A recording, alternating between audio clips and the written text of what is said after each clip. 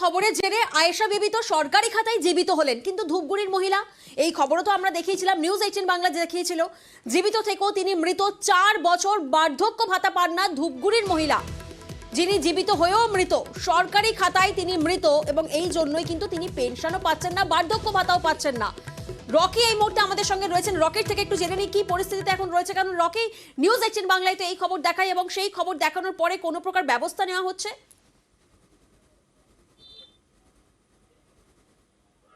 প্রিয়াঙ্কা, তোমাকে বলে রাখতে চাইবো, বানহাট ব্লকের অন্তর্গত সাকুয়াঝোড়া 1 নং গ্রাম পঞ্চায়েতের বাসিন্দা রঞ্জিতা মজুমদার, 80 ঊর্ধ্ব বৃদ্ধা।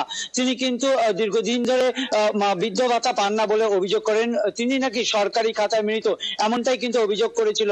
এরপর কিন্তু সেই যে অসহায় অবস্থার খবর কিন্তু আমরা তুলে ধরি। এরপরেই কিন্তু আমরা আশা করেছিলাম যে সেই বৃদ্ধ কিন্তু সেই বৃদ্ধ ভাতা পাবে, কিন্তু সেক্ষেত্রে দেখা গেল প্রশাসনিক ভাবে কোন রকম ভাবে কিন্তু ব্যবস্থা না হয়নি। অবশেষে আজ যখন দুয়ারে সরকার সেই এলাকায় হচ্ছে, সেখানে উপপ্রধানের দ্বারস্থ হয় কিন্তু সেই বৃদ্ধা, এবং উপপ্রধান তাকে নিজেই নিয়ে যায় সেই দুয়ারে সরকার এবং কাগজ জমা দিলেন। তো সেই আধিকারিক যারা বসে ছিলেন, সেই আধিকারিকদেরকে কিন্তু আমরা জিজ্ঞেস করে তিনি অজুহাত দেখান যে সরকারি ভাবে কিছু ভুল ত্রুটি থাকার কারণে কিন্তু সেই সুবিধাগুলো সেই বৃদ্ধা পাচ্ছিলেন না।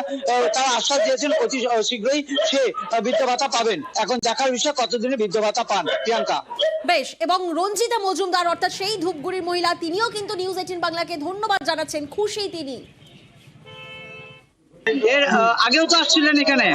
এখানে আসি না, ইয়াতে আসছি, ওখানে গেছি, যেখানে আসছে সেখানে গেছি, তাও পান নাই? হয় না। আজকে কেন আসলেন তাহলে? আজকে আসি পঞ্চায়েতে আমার নিয়ে আসছে, আমি আইছি। কোথায় আসেন? দুয়ারে সরকারে? হ্যাঁ, কাগজপত্র নিয়ে গেছে। আর আপনি তো মারা গেছেন, সের জন্য পাচ্ছিলেন না? হয় না। যখন খবর হলো তখন আমি জানতে পারলাম যে উনি 2021-এর জুলাই মাস থেকে এই বার্ধক্য ভাতাটা পায় না। উনার যে লাইফ সার্টিফিকেটটা জমা দেয়নি, তার জন্য উনি এতদিন পাননি। উনার কাগজপত্র আনলাম, উনার KYC আমি জমা করলাম। আজকে উনি আবার নিজে আসক্ত হওয়ার জন্য দুয়ারে সরকারের ক্যাম্পে আসলো। আমি দেখালাম যে উনার সবকিছু অ্যাপ্রুভাল হয়ে গেছে, মানে বিডিও অফিস থেকে টাকা ছাড়লেই উনি সেটা পাবেন। এটা কোনো টেকনিক্যাল কোনো সমস্যা ছিল নাকি জানা নেই, কিন্তু ওনার আইডিটা এখনো অ্যাক্টিভ আছে। টাকা ছাড়লেই উনি টাকাটা পেয়ে যাবেন আর কি। কারণ ব্লকে গেলে আগে হয়তো উনি দেখতে পারতেন, হ্যাঁ, কারণ আমরা তো এই আইডি গুলো এখানে দেখতে পারি না, কারণ এটা তো ব্লকের ইয়ে থেকে আমরা দেখতে পাচ্ছি আর কি। এর আগে আমরা কোনো অভিযোগ কিন্তু পাইনি। না, দায়িত্ব অবশ্যই ব্লকের জিপির সকলেরই আছে, কিন্তু আমরা আমাদের দিক থেকে যেমন সবকিছু যা দেখলাম ওনার একদম অ্যাক্টিভ আছে।